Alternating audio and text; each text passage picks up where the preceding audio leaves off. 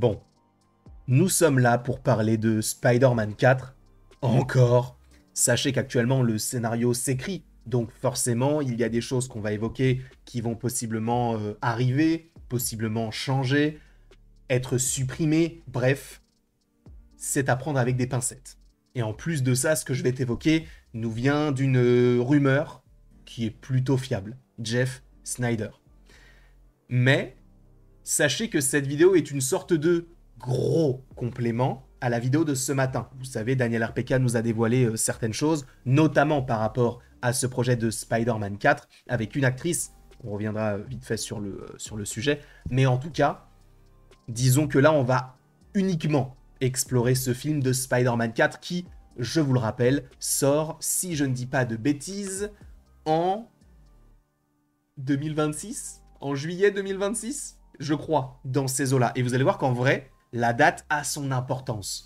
Je suis très content de vous retrouver à nouveau pour une vidéo en lien avec l'univers Marvel. Sachez qu'on va également évoquer, normalement un petit peu plus tard dans la journée, le projet de Vision Quest, donc la série sur Vision. Je sais que c'est comme pour She-Hulk, comme pour Echo, tu vois, ces projets où on n'en a pas forcément grand-chose à faire, mais qui sont en vrai d'une certaine manière essentielle sur un domaine en particulier. Mais vous allez voir que ce que je vais vous évoquer sur Vision Quest, c'est extrêmement intéressant et extrêmement important. Je prêche ma paroisse, même si ça ne vient pas de moi, mais de Daniel RPK, tout simplement. Là, encore une fois, si vous ne voulez absolument rien savoir concernant le projet de Spider-Man 4, quittez la vidéo dès maintenant. La première chose qu'on peut évoquer, alors je n'ai pas de photo pour illustrer mes propos, mais je pense que vous la connaissez, on va vite faire revenir sur ce qu'on avait évoqué ce matin.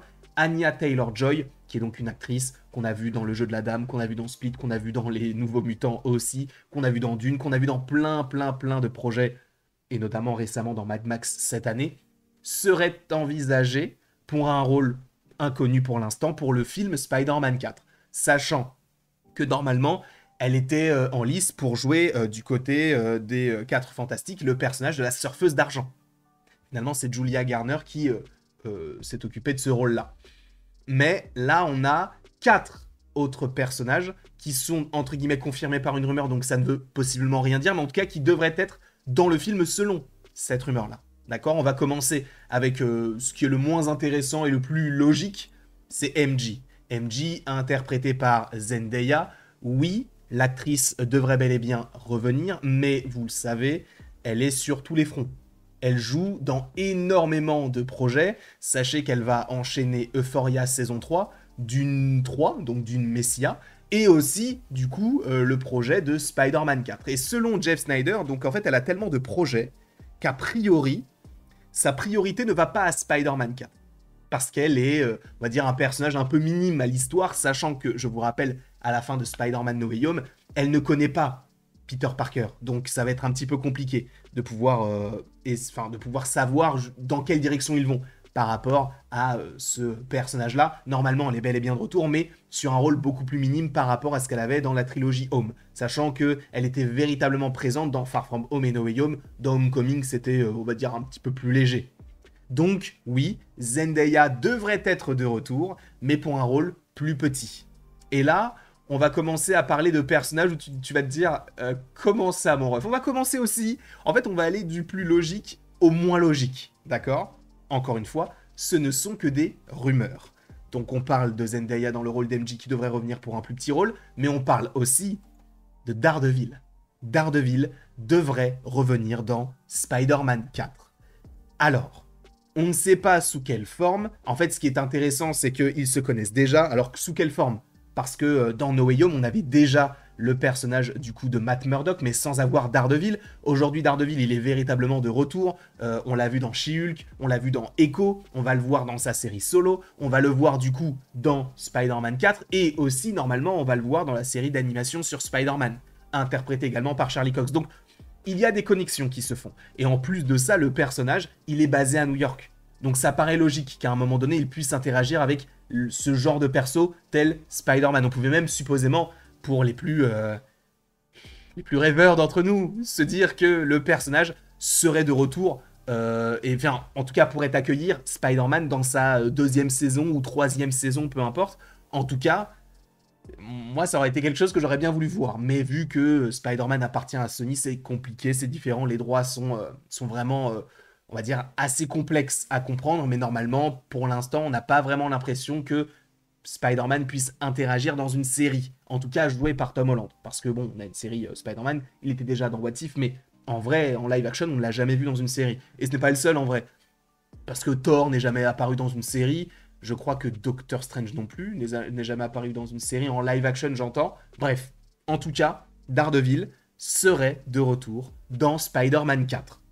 Première petite information. Et le petit chat essaye de jouer avec mes manches. C'est un pull qui m'a coûté assez cher, donc tu n'es pas obligé de le manger. Ensuite, on continue avec, et là c'est une petite surprise, et qui me fait très plaisir, mais ce serait le Punisher. Le Punisher serait aussi envisagé dans le film Spider-Man 4. De quelle manière, on n'en sait rien. Comment est-ce qu'il interagirait avec le personnage de Spider-Man? Est-ce qu'il interagirait avec le personnage de Daredevil s'il est bel et bien dans le film? On n'en sait rien, mais il se peut que John Bernthal, qui interprète le Punisher, soit de retour dans le rôle du Punisher du côté du film Spider-Man 4, sachant qu'il sera de retour dans la saison 1 de Daredevil, qu'il devrait avoir un plus gros rôle, a priori, dans la saison 2, et qu'il y a des échos sur le fait qu'il puisse avoir son projet solo. Et moi, ça, j'apprécie fortement. D'accord? Donc, voilà un petit peu le Punisher rajouté à tout ce qu'on a entendu. Parce que là, vraiment, il y a des personnages dans Spider-Man 4, ça, tout le monde ne pourra pas y être. C'est impossible. Et en plus, ça fait beaucoup, donc il faut que ça reste aussi un film sur Spider-Man plutôt qu'un film, on va dire, crossover avec plein de personnages un petit peu divers et variés.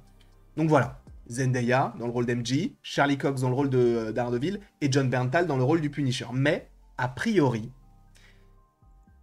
Mephisto serait aussi dans ce film-là. Mephisto qu'on devrait découvrir pour la première fois l'année prochaine, je vais pas vous spoil le projet, mais normalement on devrait le découvrir l'année prochaine, interprété par Sacha Baron Cohen.